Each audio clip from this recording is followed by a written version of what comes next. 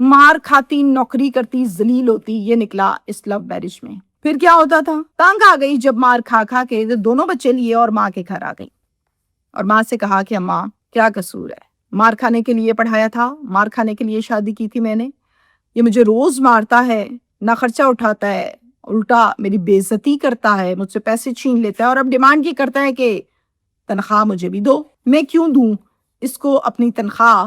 میرے بچوں کی روزی روٹی ہے. اب ہوتا یہ ہے کہ جو شوہر ہے وہ بہت دفعہ جاتا ہے، کوشش کرتا ہے صلح کر لوں، واپس آ جائے، پر یہ نہیں مانتی کیونکہ اس کو پتا تھا کہ یہ صرف جھوٹ ہے، یہ مجھے واپس لے کے جائے گا پھر وہی کچھ کرے گا. تو اس نے جناب کچھ عرصے کے بعد باقاعدہ طور پہ عدالت سے رجوع کیا اور خلا حاصل کر لی. اب ارم سمبڑیال کے ایک ڈیرے دار جس کا نام قمر بابر تھا اس کی طرف اٹریکٹ ہونے لگی. قمر بابر کی عمر سن لیجئے 50 سال اور ارم کی عمر 32 سال، 31 یا 32. آہستہ آہستہ آہستہ آہستہ اس کی طرف اٹریکٹ ہونے لگی. یہ اٹریکشن کیسی تھی میں اس پر بات کروں گی آپ سے. اٹریکشن یہ تھی کہ قمر بابر 50 سال کا، اسے ملی جوان لڑکی. ارم ہے 32 سال کی، اسے ملا وہ شخص جو اس کے اخراجات اٹھاتا ہے، اس سے میٹھی زبان میں بات کرتا ہے، اس کو عزت دیتا ہے. دونوں کے آپس میں معاملات سیٹل ڈاؤن ہوئے اور پھر ہم یہ سنتے ہیں کہ ڈیرے دار جو ہے یعنی قمر بابر اس نے باقاعدہ ارم کی فیملی کو انوالو کر کے ایک شرعی نکاح کر لیا ہے ارم سے، لیکن یہ شرعی نکاح مشروط ہے. اب مشروط کیوں ہے بھائی؟ کیا شرط رکھی سنیں. شرط یہ ہے کہ ارم میں تم سے شادی کروں گا، میرے ڈیرے پر تم رہو گی میرے ساتھ اور تمہیں ٹائم بھی دوں گا، اخراجات بھی اٹھاؤں گا، لیکن دونوں بچے تم اپنے پیچھے چھوڑ کے آؤ گی، یعنی تمہاری ماں سنبھالے گی، ہم یہاں نہیں رکھیں گے. یہ شرط قبول ہوئی ارم کو اور اس نے کہا ٹھیک ہے مجھے تم پھر بھی قبول ہو. اس نے بچے بھی چھوڑ دیے عشق میں. خیر اب یہ زندگی کا سلسلہ آگے کو بڑھنے لگا. قمر بابر ڈیرے دار ضرور تھا لیکن اس کا ڈیرا 2 کمروں پر مبنی تھا اور وہیں پر یہ رہتا تھا. بیوی اس کی پہلی تھی، 5 بچے بھی تھے. پہلے تو بالکل ہی اپنے گھر نہیں گیا سٹارٹنگ کے مہینے میں، اور جب بیوی کو ایسا ایسا پتہ چل گیا کہ یہ اس نے کیا ہے تو پھر اس نے اپنے بچے ساتھ ملائے، برادری ساتھ ملائی، اس کو پریشر دیا طلاق دو اس کو. وہ کہے میں نہیں چھوڑتا، جو مرضی تم کرو میں نہیں چھوڑوں گا ارم کو. اب یہ بات ارم کو تو اٹریکٹ کرتی تھی کہ میرے ساتھ کھڑا ہے، مجھے سپورٹ کرتا ہے. قمر ایک آئس ایڈکٹڈ شخص تھا. قمر آئس پیتا تھا اور آئس پی کر یہ ٹون اور پھر اس کو منا کرے ارم. اب ارم کی بات مان کر یہ چھوڑے کہاں سے، اس نے ارم کو بھی لگا دیا. اب وہ بھی پیے. اب محفل سجتی تھی 2 بندوں کی، میاں اور بیوی، اور خوب جمتی تھی یہ محفل. ارم بھی پینے لگی. وہ تو پہلے ہی بہت ایڈکٹڈ تھا، ارم بھی ایڈکٹڈ ہو گئی. حالات بگڑتے گئے اور اب اس نے بھی خرچہ ورچہ فل سٹاپ دینا چھوڑ دیا. چونکہ یہ اثرات ہیں، پھر ظاہر ہے نشے کے اثرات تو آتے ہیں گھر پر. اب کیا ہوتا تھا، ارم کو یکسر اوقات کمرے میں بند کر کے اسی ڈیرے کے باہر چلا جاتا تھا، دروازے کو مارا تالا اور جناب خود بائے. 20 اپریل کی رات کو ڈیرے پر قمر فل ٹون ہے. بیوی لڑ رہی ہے خرچہ دو خرچہ دو. خرچہ کہاں سے دینا تھا، وہ تو نشے میں ٹون. اس کو کہاں سے بات سمجھ آتی ہے. خوب جھگڑا ہوا اور جھگڑے میں اس نے کہا کہ تم نشہ کر کر کے ہر ٹائم ٹون رہتے ہو، سنتے میری ہو نہیں. میں پھر سے نوکری کروں گی اور اپنا بوجھ خود اٹھا لوں گی، تم نے مجھے بہت ذلیل کر دیا. یہ سننے کی دیر تھی. قمر تھا ٹون، اس کو دماغ اس کا ہوا خراب اور اس کے ذہن میں آیا کہ یہ تو میری دشمن ہے. اور میجورٹی کیسز میں جو آئس کا نشہ کرتے ہیں وہ جس چیز پر ٹکی ہو جاتے ہیں وہ پھر وہاں سے باز نہیں آتے.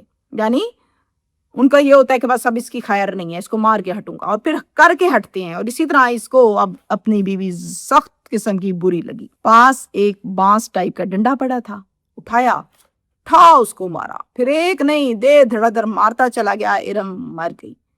اسی کمرے میں 4 فٹ گہرا گڑھا کھودا، ارم کی لاش کو پھینکا، اوپر لکڑیوں کی تہ لگائی، پھر مٹی پھینکی، گڑھا فل کیا، اور پھر فل کر کے جب یہ فلیٹ کیا تو اس کے اوپر پھر لکڑیوں کی تہ لگائی. وہ لکڑیاں جو گھروں میں جلائی جاتی ہیں، دیہاتی علاقہ تھا تو وہاں وہ لکڑیاں موجود تھیں. اب جناب ارم کی والدہ قمر کو اچھا نہیں سمجھتی تھی تو اس کے گھر بھی نہیں جاتی تھی. اپنی بیٹی سے فون پر بات چیت کر لیا کرتی تھی. والدہ فون کرے 21، 22، 23 اپریل، تینوں دن نمبر پاورڈ آف. پریشان ہوئی، بیٹے کو بلایا اور کہا تمہاری بہن کا نمبر اتنے دنوں سے بند جا رہا ہے، میں پریشان ہوں. کل صبح ہی مجھے لے کے وہاں چلو. کہتا جی ٹھیک ہو گیا. اب اگلے ہی دن بلال اپنی والدہ کو لے کر قمر کے ڈیرے پر. قمر آگے فل ٹون, کہاں ہے ارم؟ مجھے کیا پتا, نکل گئی ہوگی کسی نئے مرد کے ساتھ. اب ماں اور بھائی تو یہ بات نہیں سنتے. ان کو شدید غصہ آیا. انہوں نے کہا کہ کیا بک رہے ہو تم, نشہ کر کے بیٹھے ہو.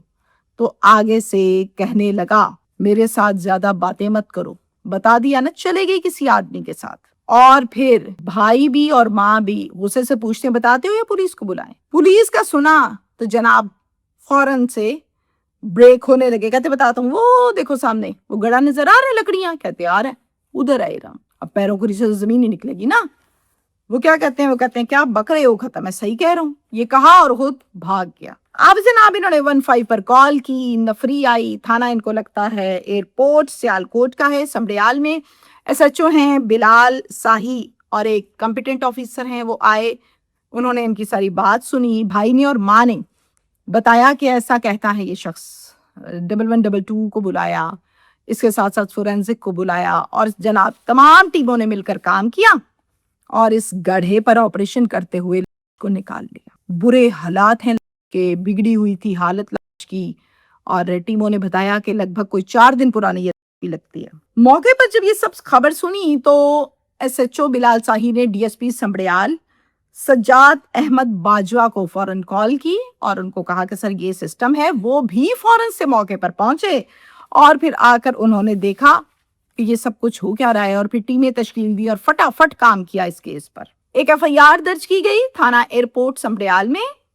مدعیہ بنی والدہ زائدہ سلطانہ, اور پھر اس قابل آفیسر یعنی SHO نے بلال ساہی نے چند گھنٹوں کے اندر اندر کام کرتے ہوئے ملزم قاتل شوہر ڈیرے دار شرعی نکاح والا گرفتار کر لیا.